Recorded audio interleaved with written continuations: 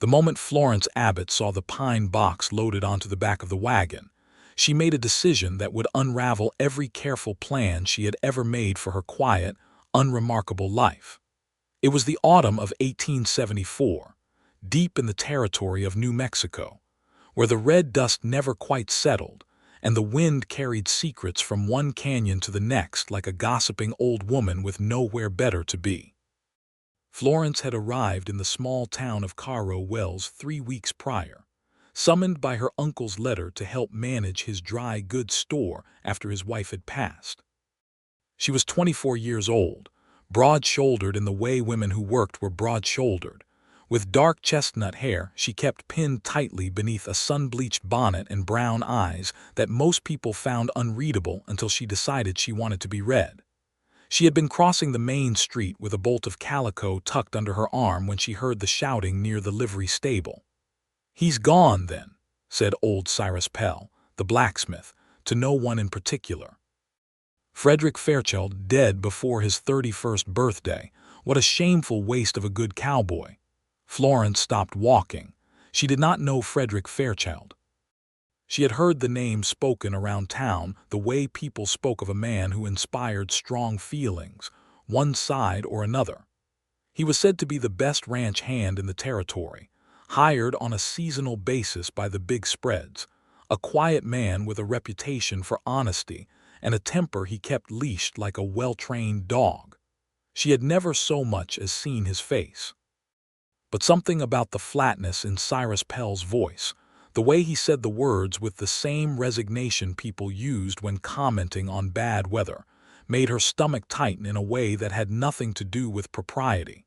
She approached the livery anyway. The pine coffin had been nailed shut already, which struck her as hasty.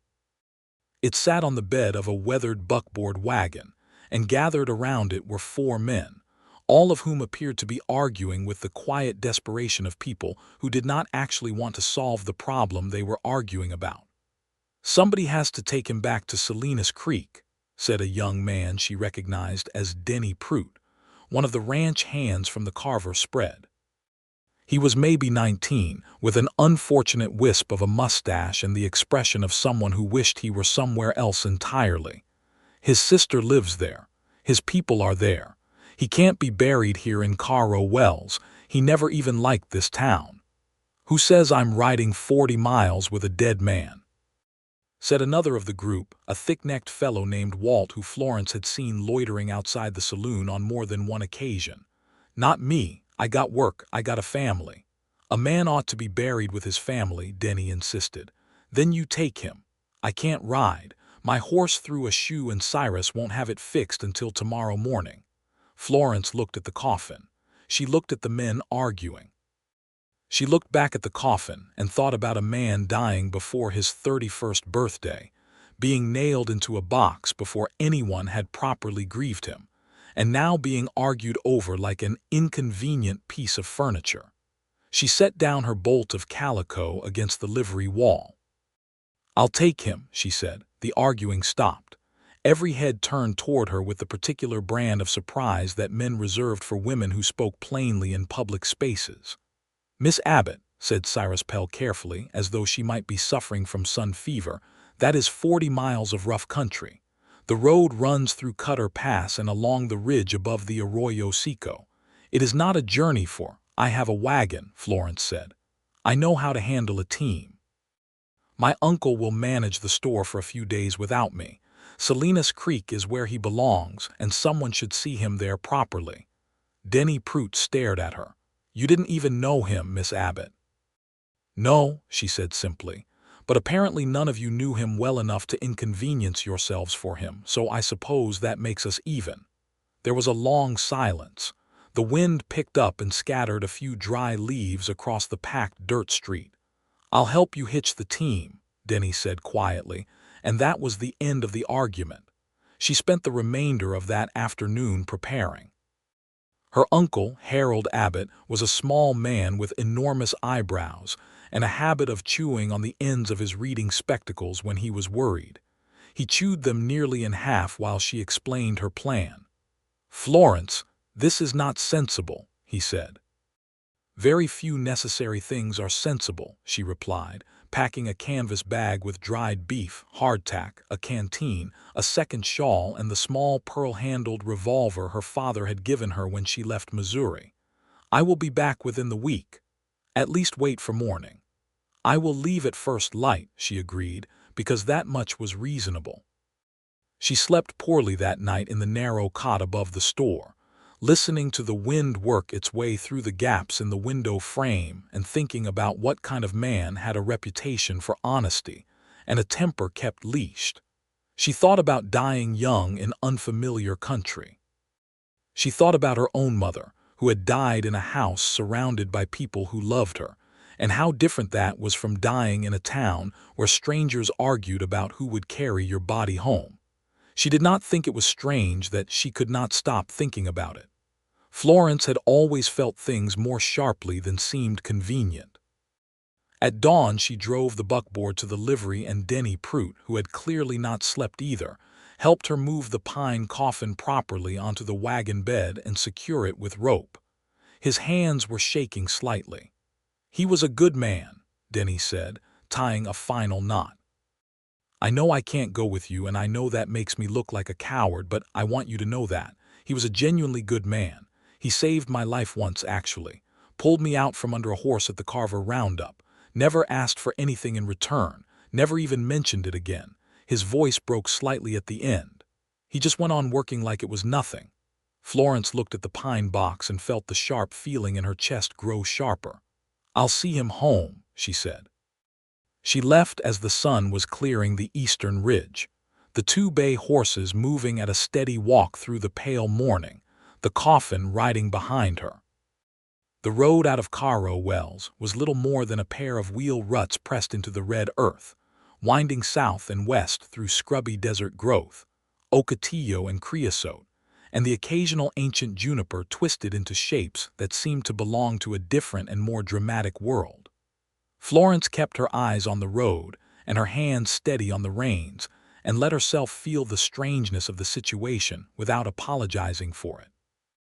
She was a day's hard ride from anything she knew, transporting a dead stranger home to family he would never see again. It was, by any measure, an unusual thing for a 24-year-old woman who had come to New Mexico territory to help manage a dry goods store. She found, to her own considerable surprise, that she was not afraid. She was perhaps 12 miles out of Caro Wells, moving into the narrower country where the road wound up toward Cutter Pass, when the coffin moved. Florence had been watching a pair of hawks riding a thermal above the southern ridge, and did not at first understand what she had heard. It was a sound, or perhaps a vibration, or perhaps both. A slow, deep knocking, like someone rapping at a door from the inside. She pulled the horses to a stop so abruptly that they tossed their heads in protest. The desert was absolutely silent except for the wind and the distant cry of the hawks. She turned on the wagon bench and looked at the pine box. It knocked again, 3 times, deliberate and weak but deliberate. Florence stared at it for a long moment. Her heart was hammering with a force that surprised her, though the rest of her felt unnervingly calm, the way she sometimes felt during thunderstorms, frightened and exhilarated in equal and inseparable measure. She climbed down from the bench. She walked to the back of the wagon. She put both hands on the coffin lid and said, in as steady a voice as she could manage, "If there is someone alive inside this box, knock twice." 2 knocks, weaker than before but undeniable. Florence did not waste time on panic. She looked at the coffin lid, assessed the nails, and climbed into the wagon bed. She carried a short iron pry bar in her tools because she was a practical woman who believed in being prepared for mechanical difficulties. She did not think this was precisely the mechanical difficulty she had prepared for, but here they were. She worked the pry bar under the lid at the top corner and leaned into it with her full weight. The first nail screamed out of the wood with a sound that sent the horses sidling in their traces. She moved to the next nail and the next, talking steadily as she worked because it seemed important that whoever was inside should know they were not alone. "I am Florence Abbott," she said, prying at the 3rd nail. "I am taking you to Salinas Creek." You are not dead. You do not need to worry. I am getting you out." When she pulled the lid free and set it aside, she was confronted with the sight of a man in terrible shape but undeniably alive. He was tall, or appeared to be, though he was folded into the narrow box in a way that gave him no dignity whatsoever. He had dark brown hair plastered to a pale, sweat-soaked forehead, and his face was set in the tight grimace of someone managing extreme pain through the sheer force of will. He had several days of beard. He had the broad hands and weathered complexion of a man who lived outdoors. He opened his eyes, which were a remarkably clear shade of gray-green, and stared up at Florence with an expression she would later describe as one of the most complicated things she had ever seen on a human face.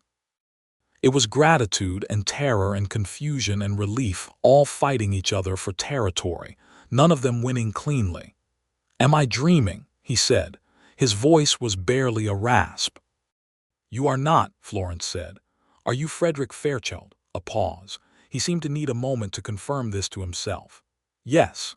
"Then you are very much alive, Mr. Fairchild, and we need to figure out what to do with you." She gave him water first, the canteen she had packed, and watched him drink with the desperate attention of someone who had not had water in what must have been at least a full day. She assessed him as he drank. He had a wound on his left side. She could see where his shirt was dark and stiff with dried blood, but it appeared to have stopped bleeding. He was not feverish, or at least not dangerously so. He was conscious and responsive, and despite the pallor and the obvious pain, possessed of that specific quality of physical stubbornness that suggested he was not going to succumb quietly. "Can you move?" she asked. "Slowly," he said. "Can you tell me what happened?" He was quiet for a moment, marshaling either his thoughts or his energy, she couldn't tell which. "I was working the carver spread. There was an altercation with a man named Holloway over wages he claimed I hadn't earned. He pulled a knife. I remember going down. I don't remember anything after that." His eyes focused on her face with a clarity that was slightly unsettling. "How long have I been in this box?" "I do not know exactly when you were nailed in," Florence said carefully, "but you have been considered dead since at least yesterday afternoon." He absorbed this with the expression of a man receiving very strange news while still mostly managing to keep himself composed. "I owe you my life," he said quietly. "You do not owe me anything yet," Florence said.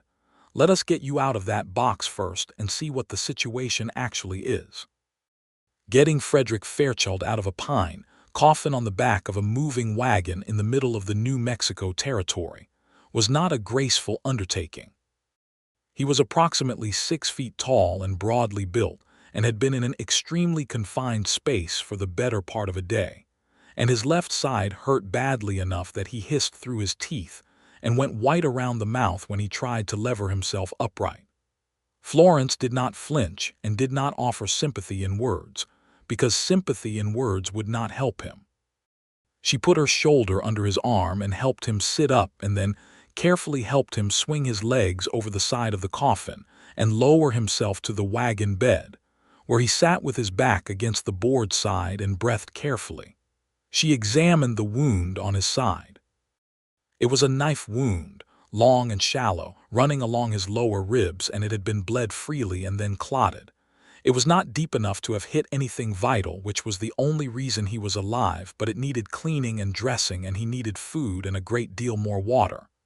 "You are going to be all right," she told him, not as comfort but as information. He looked at her again with that complicated expression. "Who are you?" he asked.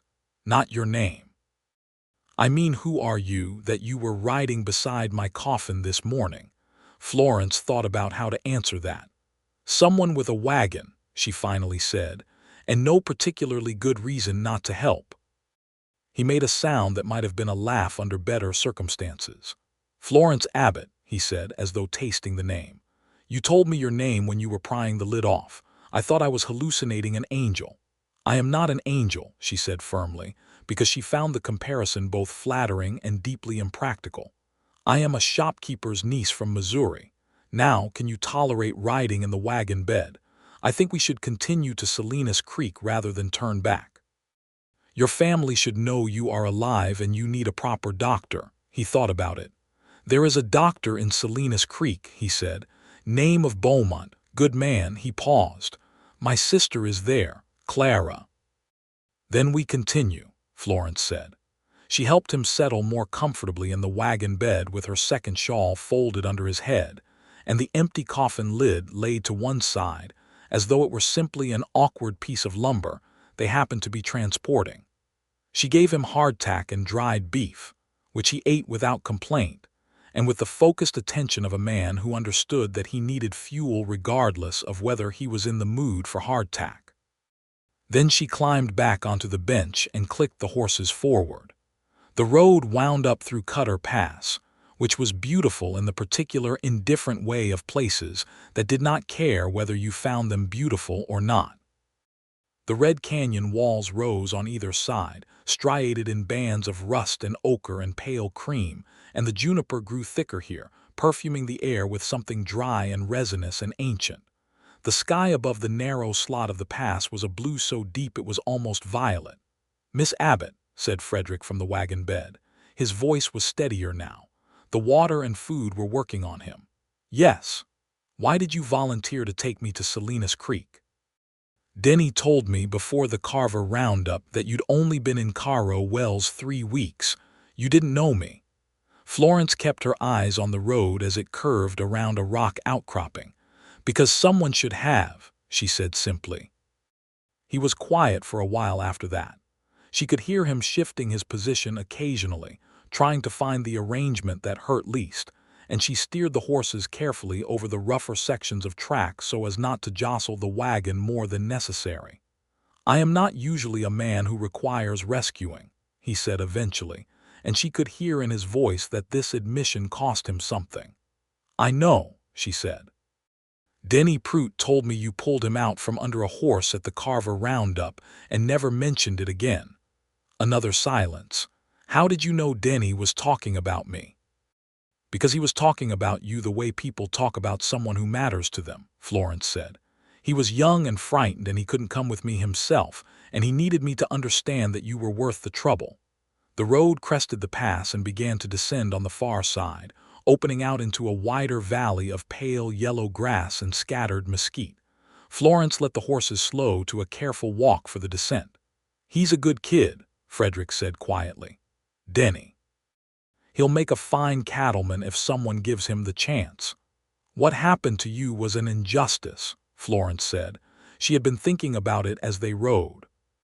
"Man stabs you over a wages dispute, and instead of finding the man who did it, the town nails you into a box and argues about who should cart you away.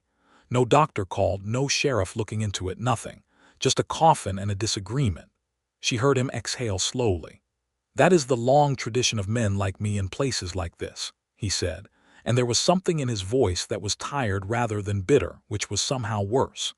"Useful until you're not, and then you're an inconvenience." Florence gripped the reins a little tighter. "Where is Holloway now?" "Almost certainly still in Caro Wells, probably in the saloon spending my wages." "Then when you are well enough," Florence said, "something ought to be done about that." "Miss Abbott," Frederick said, and she could hear the slight wariness in his voice now, "I have managed my own problems for 30 years." "You managed them so well that I found you in a pine box," she said, not unkindly but without apology. There was a pause, and then, unmistakably, he laughed. It was a short, pained sound because of his ribs, but it was genuine, and hearing it made something warm happen in Florence's chest that she noted carefully and set aside for later examination. They stopped at midday in the shade of a large cottonwood where a thin stream crossed the road, a cold, clear trickle that ran down from the mountains. Florence watered the horses and refilled the canteen and helped Frederick move to sit against the cottonwood trunk with his legs stretched out in front of him.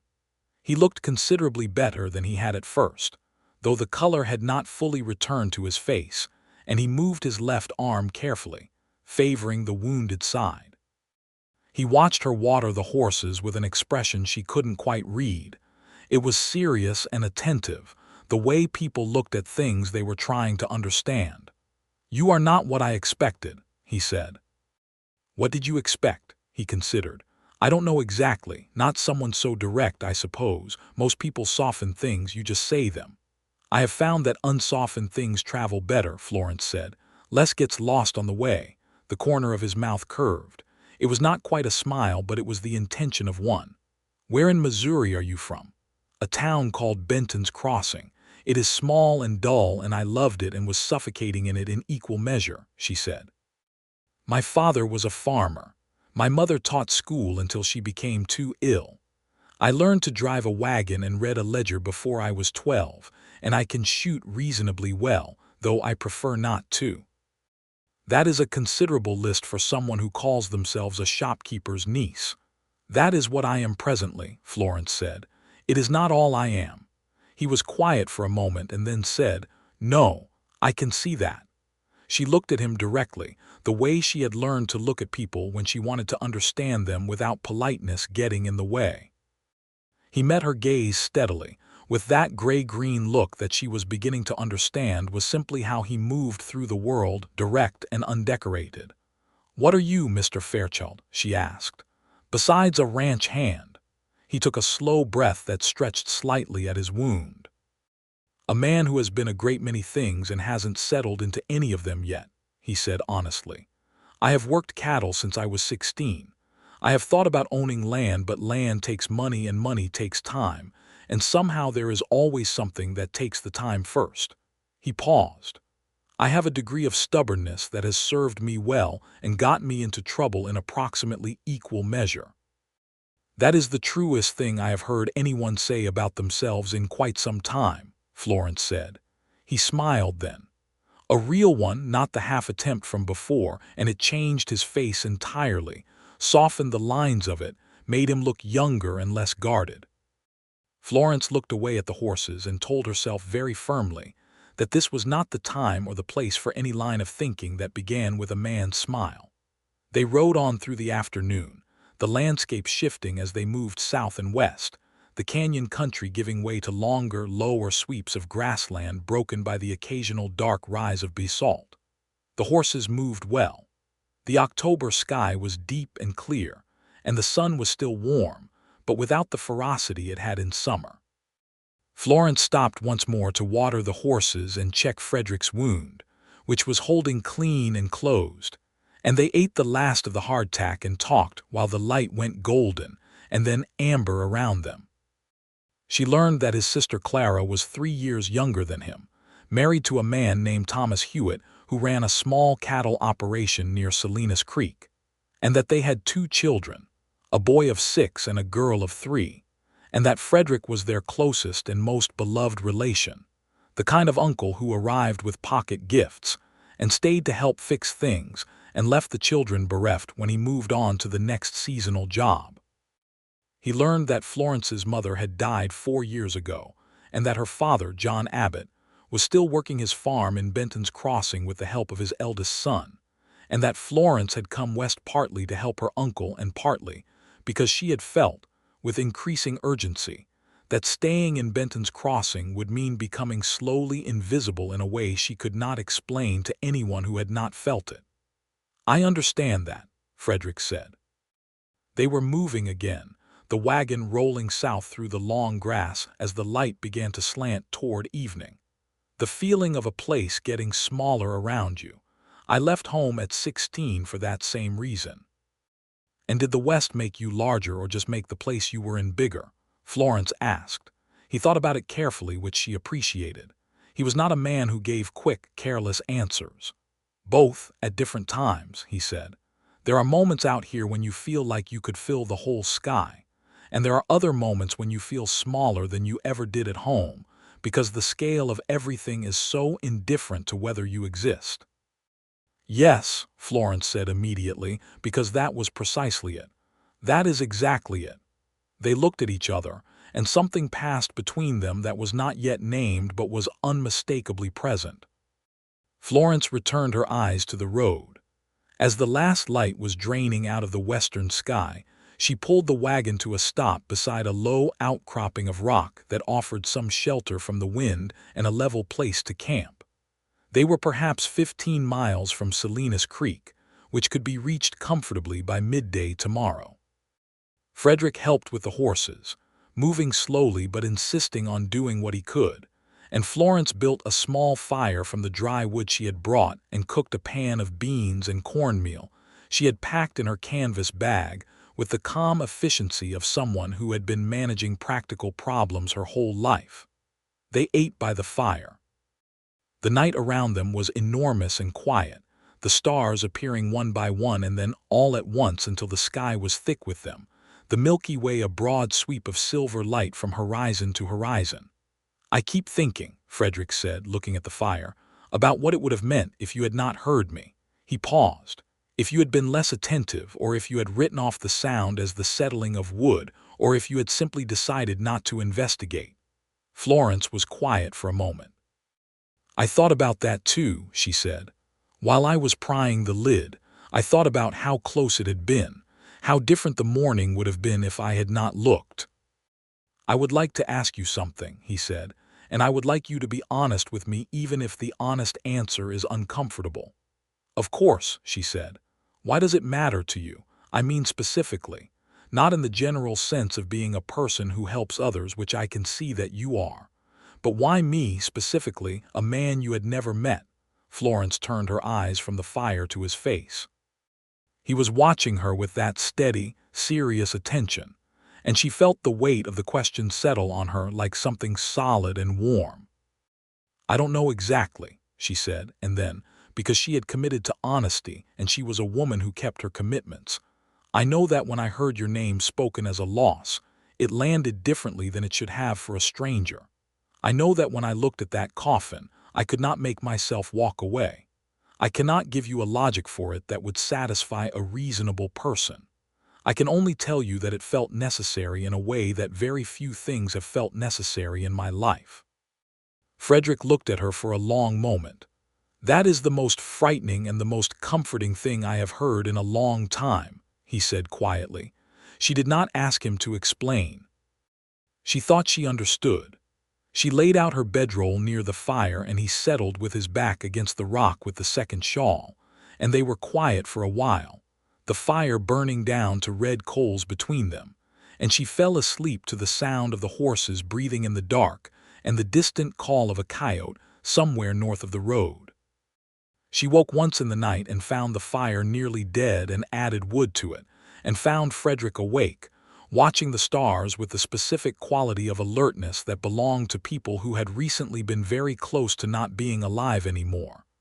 "You should sleep," she said. "I know," he said. "I keep waking up and needing to confirm that I am actually here." She understood that too.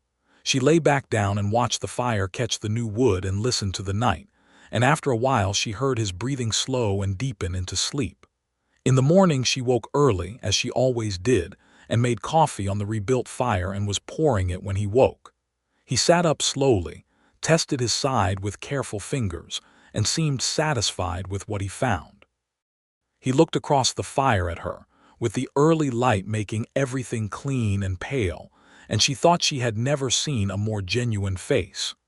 No performance in it, no effort to present himself as something he was not.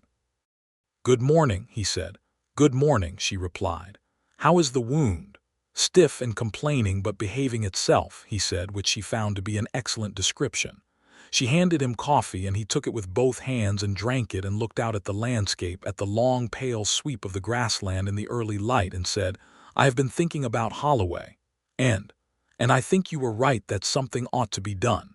He paused. "But I think the right way to do it is through the sheriff at Salinas Creek rather than by riding back to Carro Wells and doing something I would regret." "That is the more sensible approach," Florence agreed. "Also considerably better for your ribs." "Also that," he said, and smiled into his coffee. They broke camp efficiently, the two of them working in a comfortable parallel that felt, to Florence, like something that had been practiced over time, even though this was their second morning together.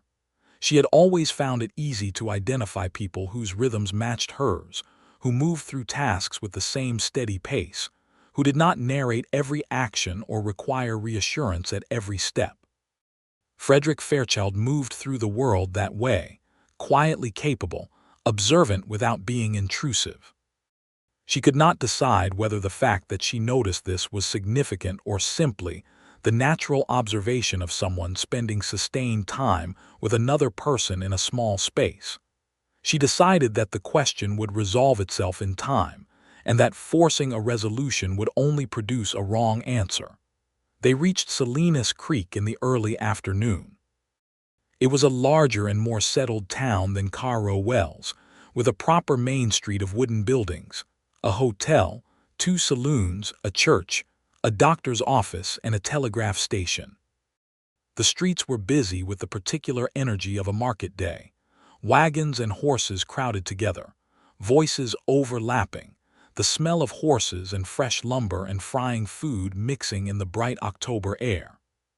Florence drove the wagon down the main street and people looked at them, as people always looked at newcomers, and then the looking sharpened as recognition spread through those who knew Frederick Fairchild. And by the time she had stopped the wagon in front of the doctor's office, there was a small crowd gathering with expressions of bewilderment and relief that made something in her chest tighten again. A woman came out of the crowd at a near run. She was young, maybe 27 or 28, with Frederick's same dark hair and a face that was currently doing several things at once, trying to cry and trying not to, trying to understand what she was seeing, trying to make it real. She stopped at the side of the wagon and looked at her brother sitting in the wagon bed with a canvas bag under his head and a blood-stained shirt, and a generally alive quality that she had clearly stopped expecting. "Frederick," she said, just his name. "The way you say something you thought you'd lost." "Clara," he said, and his voice had something in it that it had not had in the entire day and a half Florence had known him, a softness and a relief so complete it was almost painful to witness. Clara Hewitt climbed into the wagon bed without any hesitation and put her arms around her brother with the careful ferocity of someone handling something precious and damaged, and Frederick, despite his wound, held her back. Florence quietly got down from the wagon and went to knock on the doctor's door and explained the situation, and Dr. Beaumont, a compact, brisk man in his 40s with silver at his temples and the unsentimental manner of someone who had seen a great deal, came out and assessed Frederick with efficient hands and declared him, after a thorough examination, extremely fortunate but not in immediate danger. "Clean the wound, keep it clean, no heavy work for 2 weeks, rest and food," he said. He looked at Florence. "You did well out there." "He did most of the work," Florence said. "He knocked." Dr. Beaumont gave her a look that suggested he found her modesty either genuine or well-practiced, and couldn't decide which. Clara Hewitt, who had been listening from nearby, came to Florence with an expression so full of feeling that Florence had the sudden instinct to take a step back, not out of rejection, but because the force of someone's gratitude could be overwhelming when you were not used to receiving it. "You brought him back," Clara said. "They told us he was dead. They sent a message yesterday morning that said he was dead and we had been." She stopped and steadied herself. "What is your name?" "Florence Abbott." "Florence Abbott," Clara repeated as though committing it to a permanent record somewhere. "You will stay with us. I will not hear any argument about it. You will stay as long as you like." "I have a store to get back to," Florence began. "My husband can send a telegraph to Cairo Wells. The store will be informed."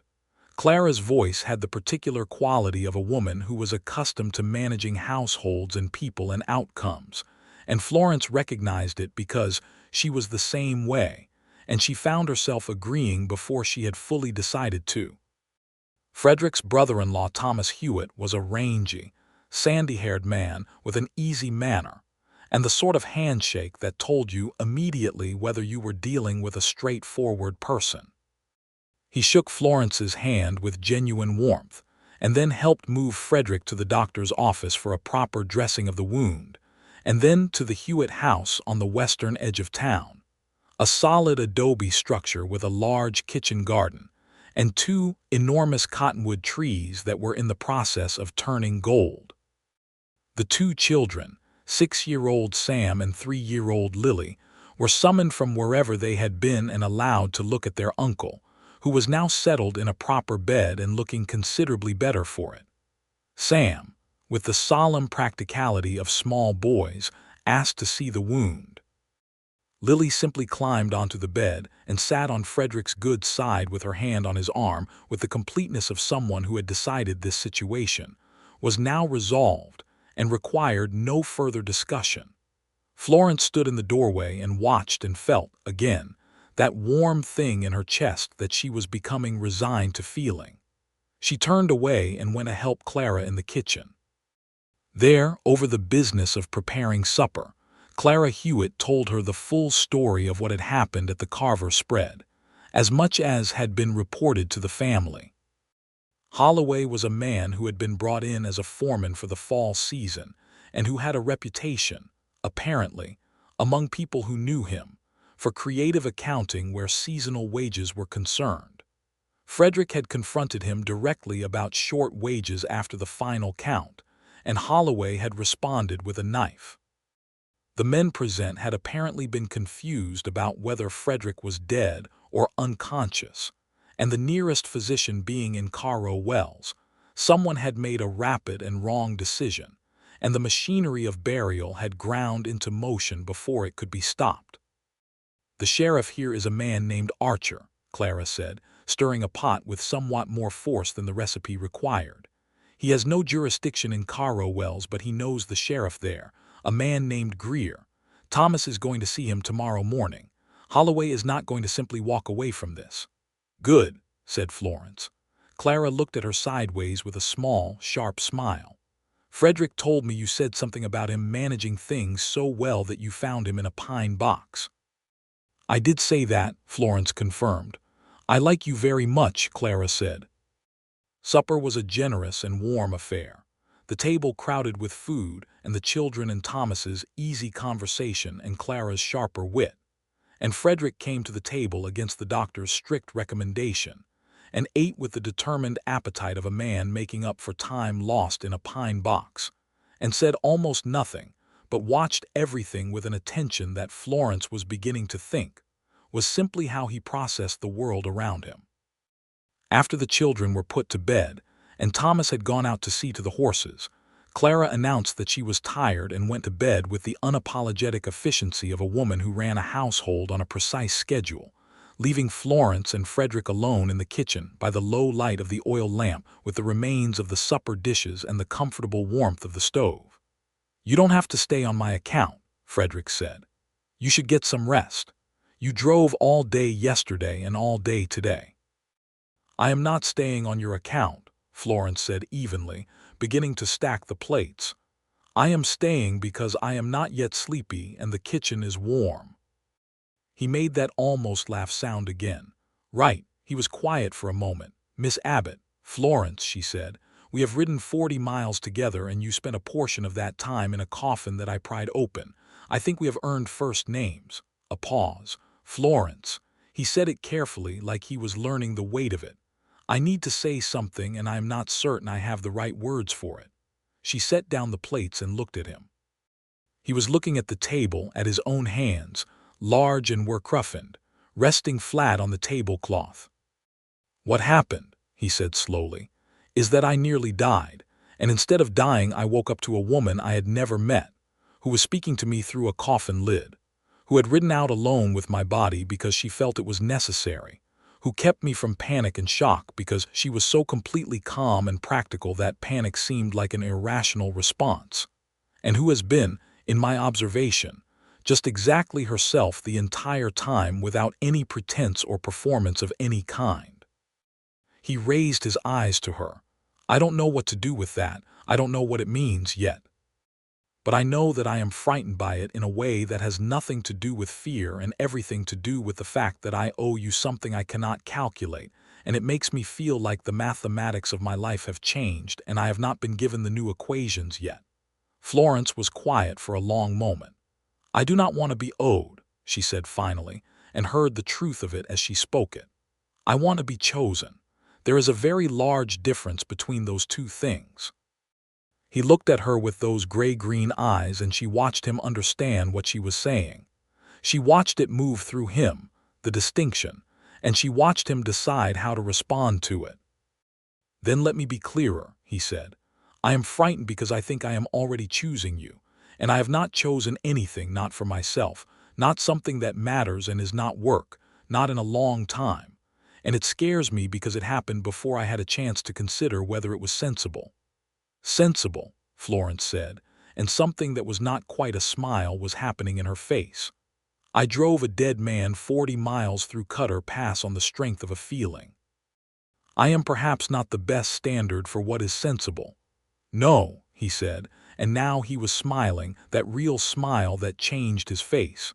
"You are the best possible standard for what is necessary." "Which is not the same thing but might be better." She looked at him. He looked at her. The oil lamp flickered, the stove ticked as it cooled. "I am not going to be rushed into anything," Florence said.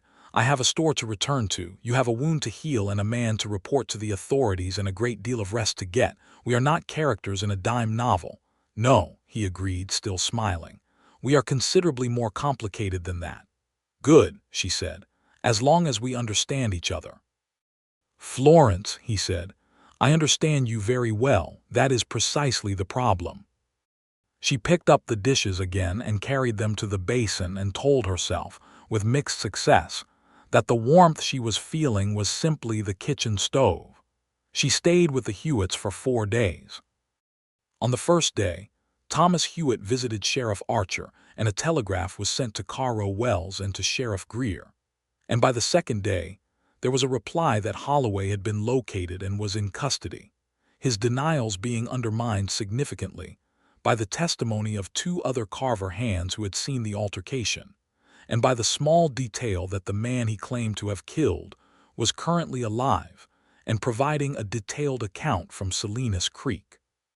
Frederick dictated his account to Thomas, who wrote it and sent it by telegraph, and the matter moved from the immediate to the official with a grinding slowness that was characteristic of all legal processes in the territory in 1874, but that was, at least, moving.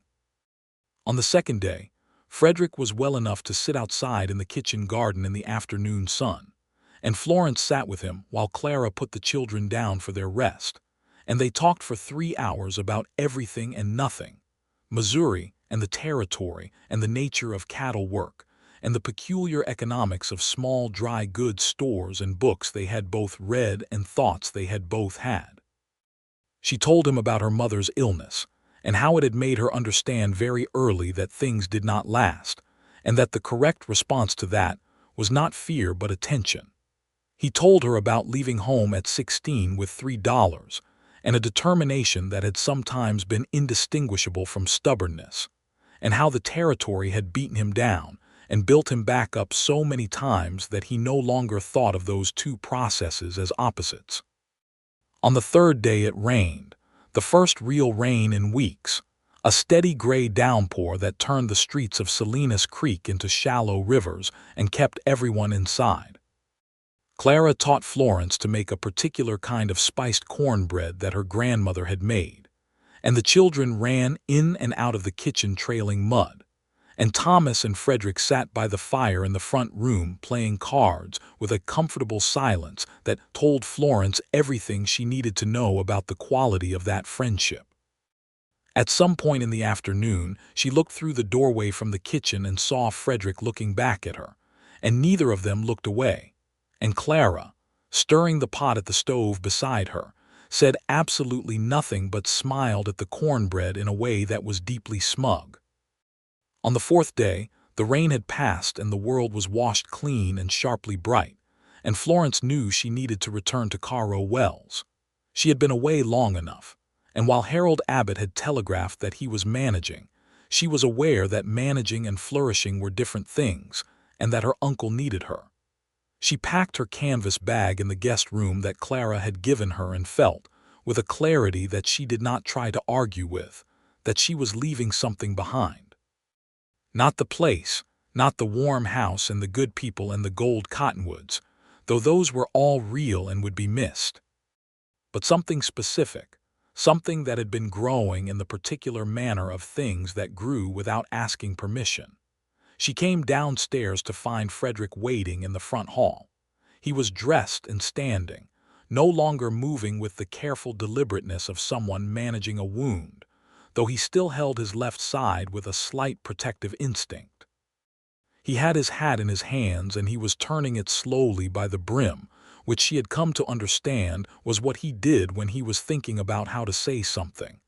"I am not going to ask you to stay," he said, "because you have a life and it is in Caro Wells right now and I respect that. But," Florence said because there was clearly a but I would like to write to you," he said. "If you are willing. I'm not eloquent in letters, I should tell you that honestly, but I am thorough and I mean what I write." "I am very willing," Florence said. "I am also thorough and I mean what I write," he smiled. "I know, that doesn't surprise me at all." He walked her to the wagon which Thomas had hitched for her early that morning. Clara embraced her with a fierceness that was characteristic, and told her she was family now and expected back. And Sam shook her hand with the solemnity of a small boy who had decided she was worthy of formal acknowledgement. And Lily gave her a drawing she had made of a horse that looked mostly like a table, but with clear emotional sincerity behind it. Florence tucked it into her canvas bag.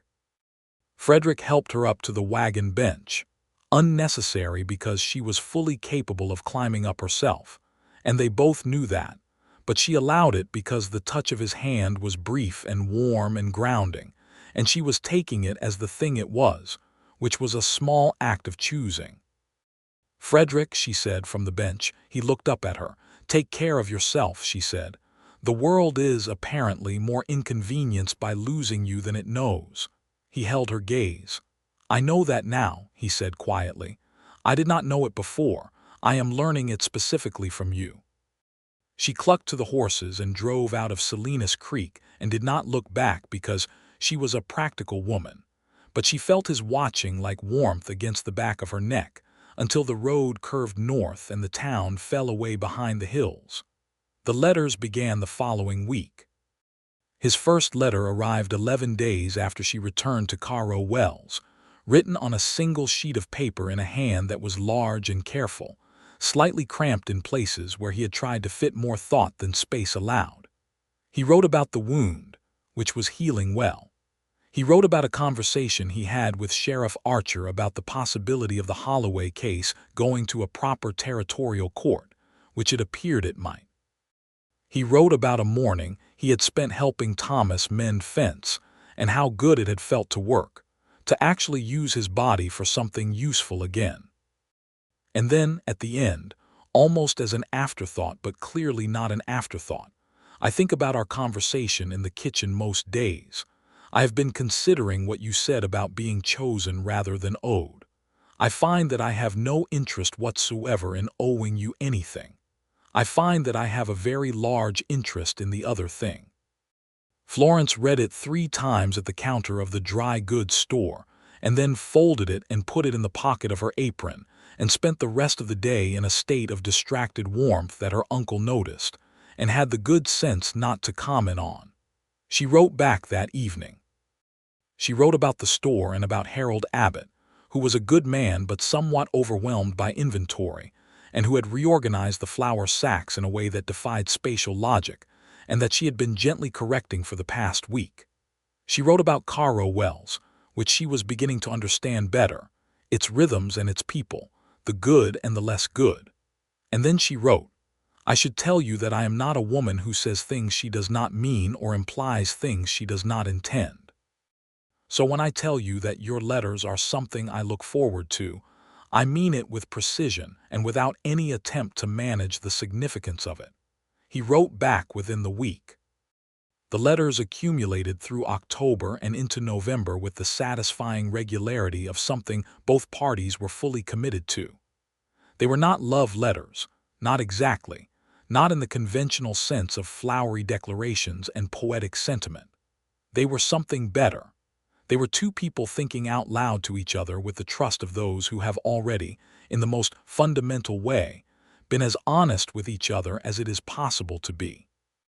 He wrote about the land, about what he wanted to do with his life, about the dream of a small property he had carried for years and never given much air to. She wrote about ambition, about the difference between a place being home and a place being where you were, about the things she had learned from her mother about what made a life full. In November, he wrote to say that Holloway had been indicted by a territorial grand jury on charges of assault and attempted murder, and that his own testimony, delivered through the sheriff's office in Salinas Creek, was part of the case. He wrote it matter-of-factly, without triumphalism, and ended by saying that justice was slow and uncertain in the territory, but that he had more faith in it than he'd had in September, partly because of her. She wrote back that she had more faith in a lot of things than she'd had in September. In December, he rode to Caro Wells. He arrived on a Tuesday morning when the first real cold had settled over the territory, and the sky was the pale, clear blue of deep winter. Florence was at the store counter doing inventory when the door opened and he walked in, and she understood in the first second of looking at him that the letters, good as they had been, were a very poor substitute for the actual man. He was wearing a heavy canvas coat, and he had his hat in his hands again, turning it by the brim. "I should have sent word that I was coming," he said. "I apologize for the lack of notice."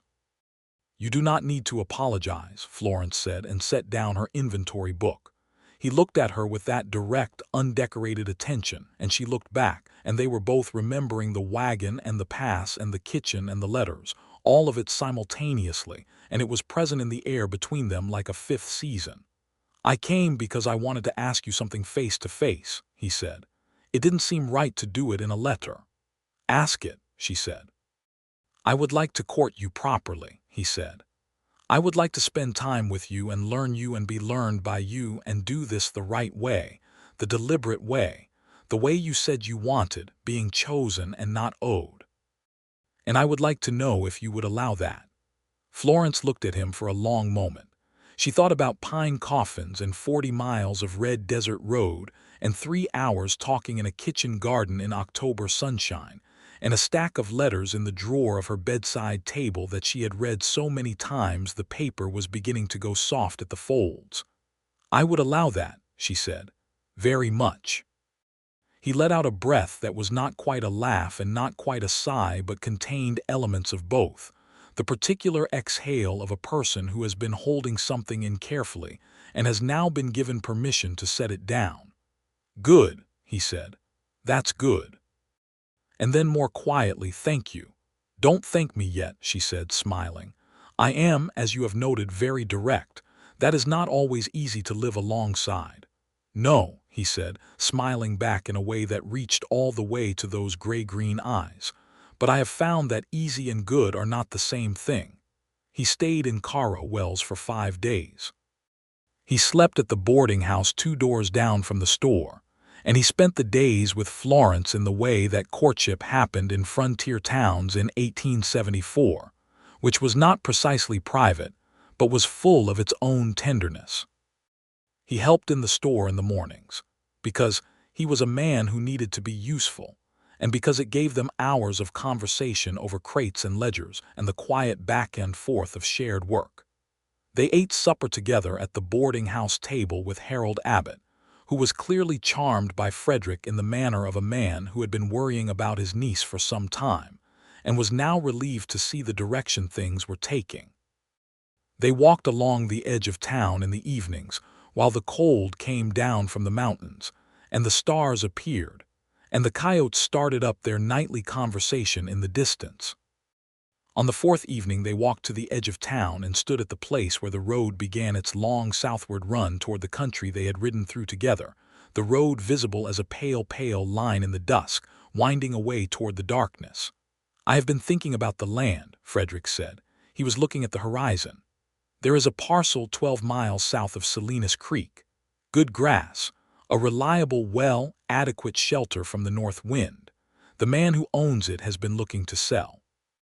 I have some savings, and Thomas has offered to put in a portion in exchange for a grazing agreement." He paused. "I could be a rancher, Florence, a real one, not a seasonal hand. I could have a place." Florence looked at the horizon too. "That sounds like exactly what you have been working toward for a long time." "It does," he said. "I was wondering what you thought about it." She turned to look at him. He turned to look at her. "I think," she said carefully, "that you should ask me what you are actually asking me." He held her gaze. His breath made small clouds in the cold air. "I am asking whether, when I have that place, whether it is something you could imagine yourself in.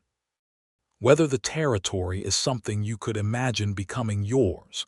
Whether I am something you could imagine choosing, not as a debt or an obligation, but as a life." Florence's heart was doing something it had not done before, or perhaps had only begun to do in October on a red desert road with 40 miles ahead of them, something that was too large and specific to fit inside the ordinary language she usually used. She thought about Benton's crossing getting smaller.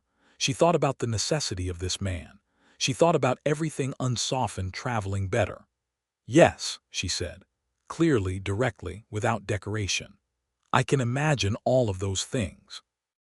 I have been imagining them since November, actually, if I'm being precise." He reached out and took her hand in both of his. His hands were warm even in the cold, were cruffined and large, and the touch was careful and held everything he had been carrying since she had pried the lid off a pine box and looked down at him and told him he was not dead, that he was Frederick Fairchild, that he did not need to worry. "I am going to be honest with you," he said. "I am still frightened. I told you in the kitchen that it scared me, and it still does. Not of you and not of this, but of getting it wrong, of not being equal to it." "Frederick," she said, "you knocked on the inside of a coffin. You called for help when you needed it. You are more equal to things than you give yourself credit for." He looked at her with something in his face that she could only think of as the look of someone receiving a truth they had needed for a long time. And then he raised her hand to his lips, slowly and with a ceremony that was not at all out of place in the cold and the dark and the enormous western sky, and pressed a kiss to her knuckles that she felt in her entire chest. "I am going to work very hard," he said quietly over her hand, "to deserve this." "So will I," she said. "That is rather the point." He left on the 5th day, and she stood in front of the store and watched his horse carry him south toward the road, and felt a fullness rather than an absence, which told her everything she needed to know. The courtship lasted through the winter and into the spring, sustained by letters and his visits to Caro Wells every 4 to 6 weeks, and her single visit to Salinas Creek in February, during which Clara Hewitt managed to communicate, through a series of small and perfectly calibrated gestures, that she considered Florence already a member of the family, and was simply waiting for the paperwork to catch up with reality. In February, the Holloway case was resolved by the territorial court in Santa Fe. Holloway was convicted of assault with a deadly weapon and sentenced to 3 years in the territorial prison. It was not the longest sentence possible, but it was a real one, and Sheriff Greer of Caro Wells sent a formal letter of apology to Frederick for the failures of procedure that had nearly resulted in the premature burial of a living man. Frederick read the letter and told Florence in the letter he wrote that same evening that he had accepted the apology with the understanding that the territory was full of imperfect systems operated by imperfect people doing their imperfect best, and that being angry at the system was reasonable, but that living for the anger was a waste of good days. She wrote back, "That is the wisest thing you have said to me yet, and that is a high bar you have set for yourself." He wrote, "I am motivated by the audience." In March he bought the land. He wrote to tell her the morning the papers were signed, a longer letter than usual, full of a controlled excitement that she found enormously endearing. The steady, careful man barely containing his happiness about the parcel of grass and the reliable well and the adequate shelter from the north wind. He described every feature of the property in detail, the lay of the land, the quality of the soil, the line of cottonwoods along the eastern fence, the way the morning light came over the ridge and made the grass look silver before it turned gold. He ended by writing, "There is a porch on the southwest side that catches the afternoon sun. I have been sitting on it in the evenings and thinking about who else might sit on it, and I find I can only imagine one other person clearly enough to say." Florence read this letter at the store counter. Harold Abbott was right there, and she did not care. She folded it and pressed her hand flat over it on the counter for a moment, like pressing a seal into wax, making it permanent. "Well," said Harold Abbott with enormous eyebrows raised, "are you going to tell me what he said, or are you going to make your old uncle guess?" "He is going to ask me to marry him," Florence said. "I believe in the next letter." Harold Abbott blinked. Then he smiled, a slow smile that had the quality of something that had been waiting to happen. "About time," he said, and went back to his ledger. The next letter arrived in 10 days. It was the shortest letter Frederick had ever written her, which was how she knew it contained the most important thing. It said, "Florence, I have a home now. I would like it to be ours. I would like you to be my wife. I know that is a plain and insufficient way to ask, and I am sorry for my inadequacy with the dramatic gesture. I have a porch that catches the afternoon sun, and 2 good horses, and a reliable well, and the honest intention of spending every day I have left trying to be what you deserve. Will you marry me?" She wrote back, "Yes, I will marry you. I will marry you plainly and practically, and without any dramatic gesture beyond the fact that I think I began marrying you the moment I picked up that pry bar, which is the most romantic thing I know how to say. Come to Caro Wells as soon as you can." He came in April, when the desert had its brief and riotous season of wildflower, and the whole world smelled of sage and possibility.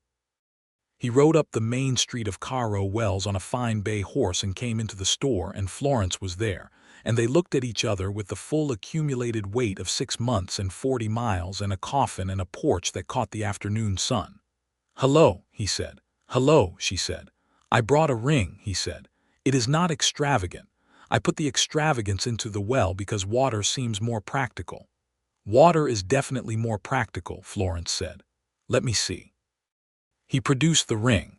It was a simple gold band with a small inset turquoise stone, the turquoise the color of the desert sky in the specific hour before noon, a deep and clear blue-green. It was exactly the right ring. It was not a ring you bought to impress. It was a ring you bought because it was beautiful and true.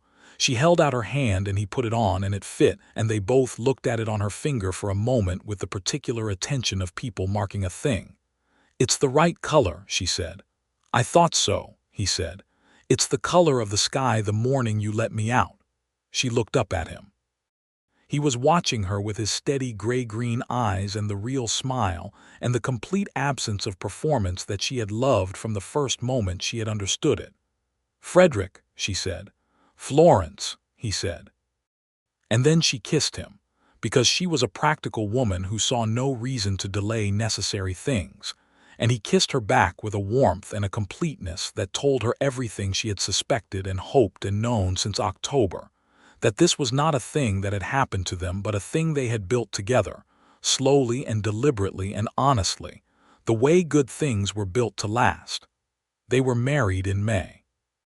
The ceremony was held in Salinas Creek, at the small church on the eastern edge of town, in the presence of Clara and Thomas Hewitt and their children, and the friends Frederick had made in the territory over 14 years of honest work, and an equal number of people who had somehow, in 6 months, become Florence's people too. Harold Abbott rode down from Caro Wells for the occasion, and stood in the front pew with the expression of a man who was both moved and deeply satisfied, which was the correct expression for the occasion. Dr. Beaumont was there, and Sheriff Archer, and Denny Prout, who had ridden down from the Carver spread and stood at the back of the church looking somewhat overcome. Florence wore a dress of pale blue-gray that Clara had helped her make, with small pearl buttons and a collar of white lace, and she carried a bunch of desert wildflowers, the yellow and purple blooms that had been coming up along the road since April. She walked down the aisle of the church on Harold Abbott's arm, and Frederick was at the front with Thomas standing beside him, and when he saw her, he had a look on his face that she was going to carry the rest of her life. The minister said the words, and they said the words back, and the ring was already on her finger, so nothing needed to change there. And when it was done and they were pronounced before God and the territory and the assembled company, Frederick took her face in both of his large, work-roughened hands and kissed her with a gentleness and a certainty that made Lily Hewitt from her pew say in a carrying whisper, "Are they still kissing?" To which Sam replied with the authority of an older brother, "Yes, be quiet." And the church laughed, and they laughed too, foreheads together, barely separated. They had their supper at the Hewitt house. The long table extended to accommodate everyone, and it was loud and warm and full of food, and the particular happiness of a gathering where everyone present is glad to be there. Denny Prout sat next to Florence during supper and told her, quietly and with the slightly formal sincerity of a young man making an important statement, that he thought she was the finest person he had ever met, and that if she ever needed anything, ever, she only had to say so. Florence thanked him and meant it. Frederick stood up at some point during the meal and said, without preamble and without excessive length, that he wanted to thank everyone present and that he was the luckiest man he knew, not because things had gone well for him, specifically, but because the things that had gone wrong had led him to exactly where he was standing, which was the finest place he had ever stood. He looked at Florence when he said it, and she looked back, and the room was very quiet for a moment with the weight of everything that was true in what he had said. Then Thomas stood and said, "Well, sit down before you make everyone cry," and the room laughed again, and the meal continued. They rode to the property that evening, just the two of them in the last of the spring light. The parcel was 12 miles south of Salinas Creek, and Florence had seen it only once before, on her February visit, but she had thought about it many times since, the grass and the well and the cottonwoods and the porch. The house was small but solid, adobe walls and a wooden roof and rooms that felt like they were waiting to be lived in. Frederick had spent the winter getting it ready, which she had known in abstract from his letters but which landed differently now, seeing the freshly repaired fence and the stove that had been cleaned and blacked and the wooden floor that had been swept clean, knowing that all of it was done by a man who was keeping a porch in mind. She went to the porch first. It was exactly as he had described, facing southwest, catching the last of the afternoon sun, the light falling long and golden across the boards.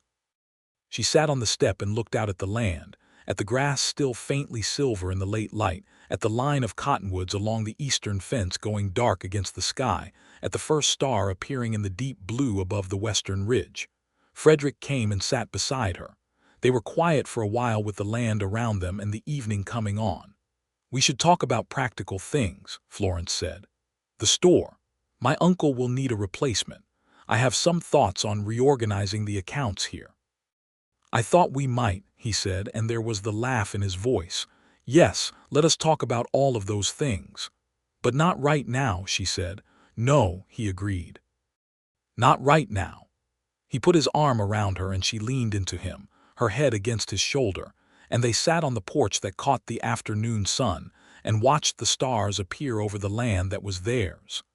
The first years were full in the way that good years were full, demanding and rewarding in equal measure, the ranch requiring constant attention and rewarding that attention with slow, steady growth.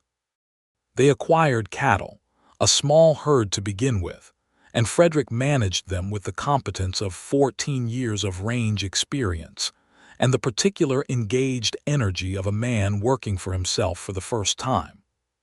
Florence took over the ranch's accounts and proved, as she had always suspected she would prove, that a farm girl who had learned to read a ledger before she was 12 could run a small operations books with a thoroughness that saved them money every quarter.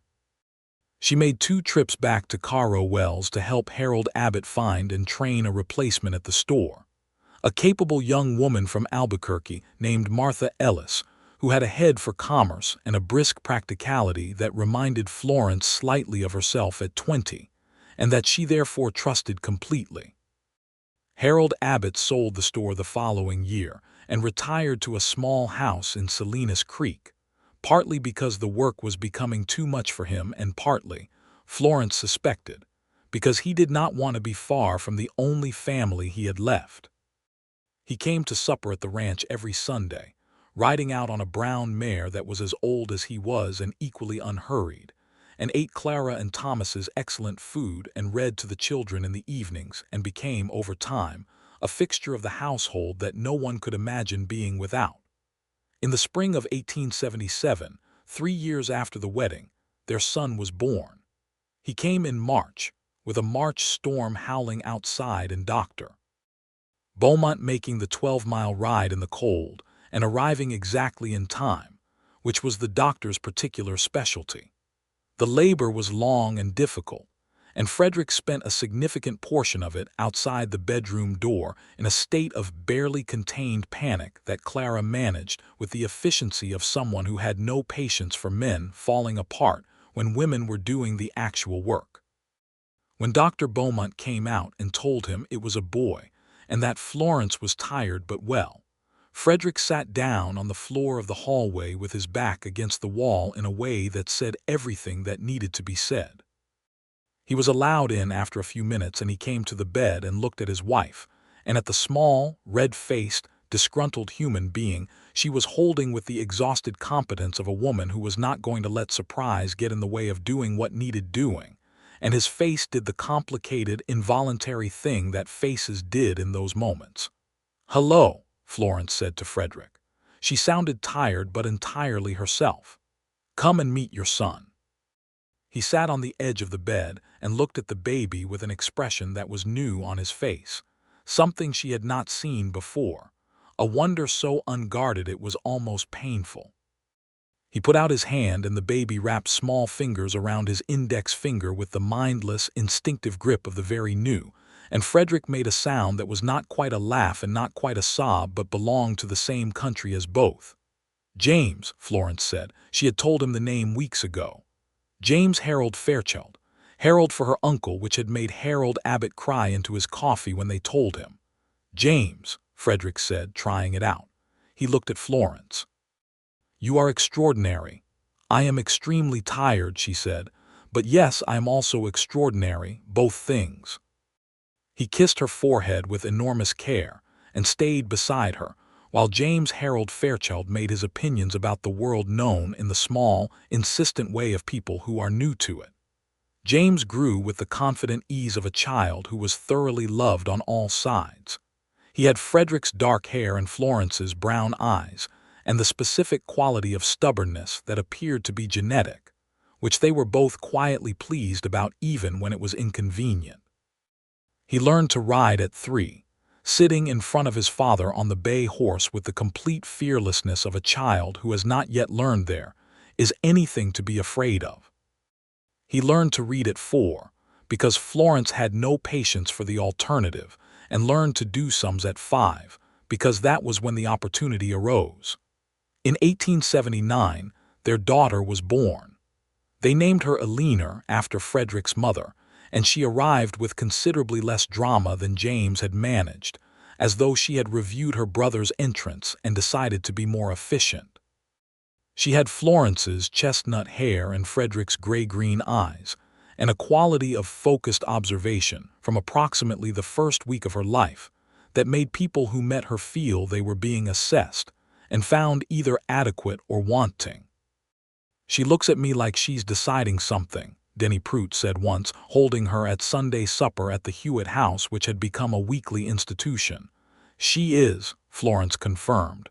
"She does that with everyone." "She gets it from you," Frederick said.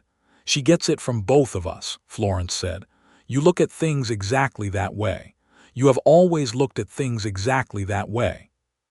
He considered this and decided it was true, which was, as Florence had noted many times, one of his finest qualities. The ranch grew steadily through the late 1870s and into the 1880s, the herd increasing as Frederick's management proved itself, the land improving under attentive work, the accounts, in Florence's careful hands, showing the slow, clear accumulation of a life built right. They hired 2 permanent hands, good men recommended by Thomas Hewitt, and the operation took on the particular quality of a place that worked because everyone in it understood what they were doing and why. Denny Prout came to work for them in 1880, having spent years at various seasonal operations, and having, as Frederick had predicted, become a fine cattleman. He was 25 by then, with the mustache grown into something more convincing, and he worked with the dedication of someone who understood that he was part of something that had its roots in an October morning and a coffin lid, and a woman with a pry bar, and a sense of necessity. Harold Abbott died in the winter of 1881, in his bed in Salinas Creek with his niece beside him. He had lived a full life and known it was full, which is the best thing you can say of a person, and he went quietly, which Florence thought suited him. She grieved him cleanly and completely, which she had learned from her mother was the only way to grieve something real. Frederick held her through the night after the funeral and said nothing, which was exactly right. In the morning she got up and made coffee, and they drank it on the porch in the cold winter light, and she said, "He was happy. I need to keep remembering that. He was genuinely happy at the end." "He was," Frederick said. "He told me that once, in almost those exact words. He said that watching you build your life here was the finest thing that had happened to him since your mother was well." Florence looked at the horizon for a long moment. "You never told me that." "He asked me to tell you after." Frederick looked at her. "He said you would need it more after." She turned to look at him, and he was watching her with his steady, gray-green attention, and she thought, not for the first time or the 100th, that she had married someone who understood the weight and the use of the right word at the right time, which was not a small thing, which was in fact one of the largest things. "Thank you," she said. "He loved you very much," Frederick said simply. "I know," she said. "I was lucky in that." In the spring of 1882, when James was 5 and Eleanor was 2, and the ranch was the thing Frederick had imagined on the porch of the Hewitt house in October of 1874, before he had the land or the name for what he was building, he came in from the late afternoon work to find Florence standing at the kitchen table looking at a piece of paper.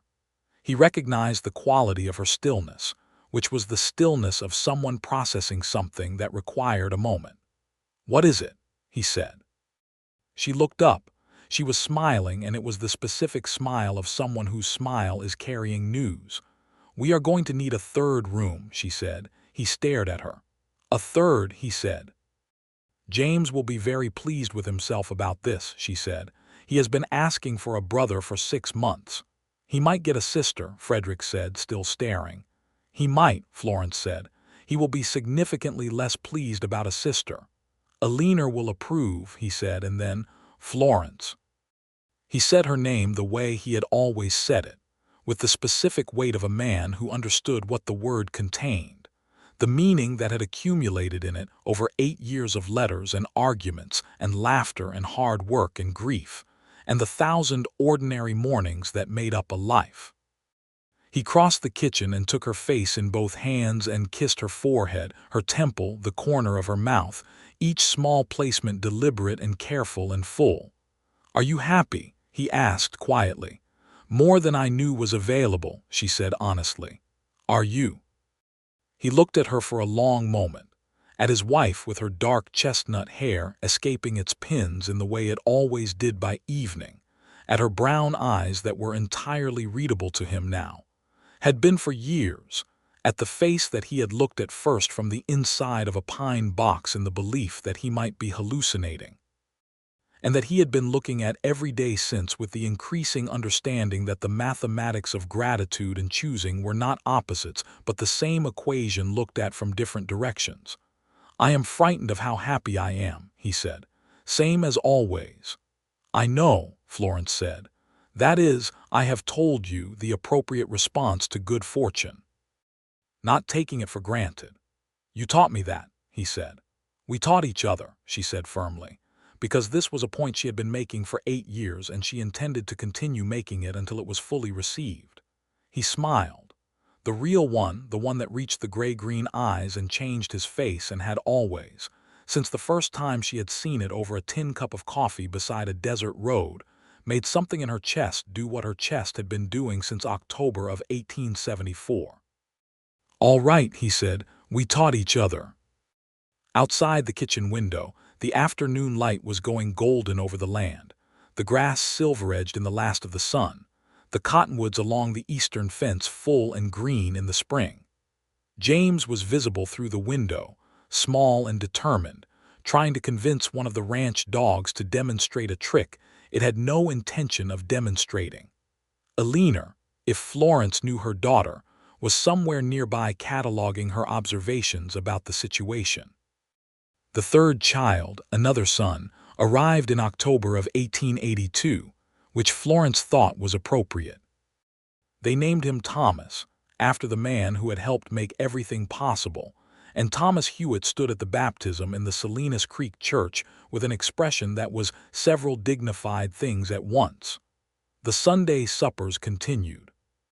The letters were not necessary anymore since they were in the same house, but Florence kept every one of them, tied in order in a bundle in the drawer of her writing table, and occasionally on winter evenings when the children were in bed and the fire was low and Frederick was reading in the chair by the window, she would take them out and read one. He always looked up when she did. He always knew which drawer. "What does that one say?" he would ask. And she would read him a piece of it, some particular sentence from 1874 or 1875, the careful large handwriting, the thorough intent, and they would sit with the fact of it, the distance from then to now, the strange and specific mercy of the 40 miles and the pry bar, and the sound of knocking from inside a pine box on a red desert road. "We were very cautious with each other," Frederick said once, listening to a letter from December of 1874. "We were," Florence agreed, "and very honest. We were that too, both at the same time," he said. "I don't know how we managed that." Florence folded the letter and looked at him across the low firelight. "We knew it mattered," she said. "That is the only explanation I have. It mattered enough that we were careful. It mattered enough that we were honest. Neither of us was willing to get it wrong." He looked back at her with the expression she had come to think of as his truest expression, the one that contained everything he had been and everything he was and the whole complicated accountancy of what a man owed to the moments that saved him. "I am still grateful," he said, "and still frightened in the good way. I want you to know that hasn't gone anywhere." "I know," Florence said. "I feel it too." She stood and crossed the room and sat on the arm of his chair, and he put his arm around her waist with the ease of years, and they looked at the fire, and the house was quiet around them except for the breathing of sleeping children and the sound of the wind in the cottonwoods, and very far off, the coyotes carrying on their nightly long conversation with the enormous dark. It was 1883. And the territory of New Mexico was still raw and unfinished and beautiful in its indifferent way, still full of injustice and hardship, and the particular cruelty of imperfect systems managed by imperfect people, still crossed by red dust roads that ran through canyon country where the sky turned violet at noon, and the hawks rode thermals above the ridges. It was still a place where a man could be nailed into a coffin prematurely, and a woman could load a wagon and drive 40 miles alone because it felt necessary, because some things were necessary even when they were not sensible, because the heart, in the end, when it was functioning correctly, knew the difference. Florence Abbott had come west to help a man run a store. She had ended up with 40 miles of red desert road, and a pine coffin and a pry bar, and a man who knocked 3 times from the inside because he was not yet finished with the world, and the world had responded, in its slow and imperfect and sometimes glorious way, by giving them both everything they had been building toward without knowing they were building it. Frederick Fairchild had woken from something very close to nothing into the light and sound of a woman's voice saying calmly, "I am getting you out." He had been grateful and frightened by what he owed, and she had told him the difference between owing and choosing, and he had chosen every day since, which was the only way choosing worked, and the only way it meant anything. They sat by the fire in the house on the ranch 12 miles south of Salinas Creek, with their children sleeping and their land quiet outside and their whole life built around them like something solid and warm. And they were, by every measure that mattered, exactly where they were supposed to be. The porch still caught the afternoon sun. It always would.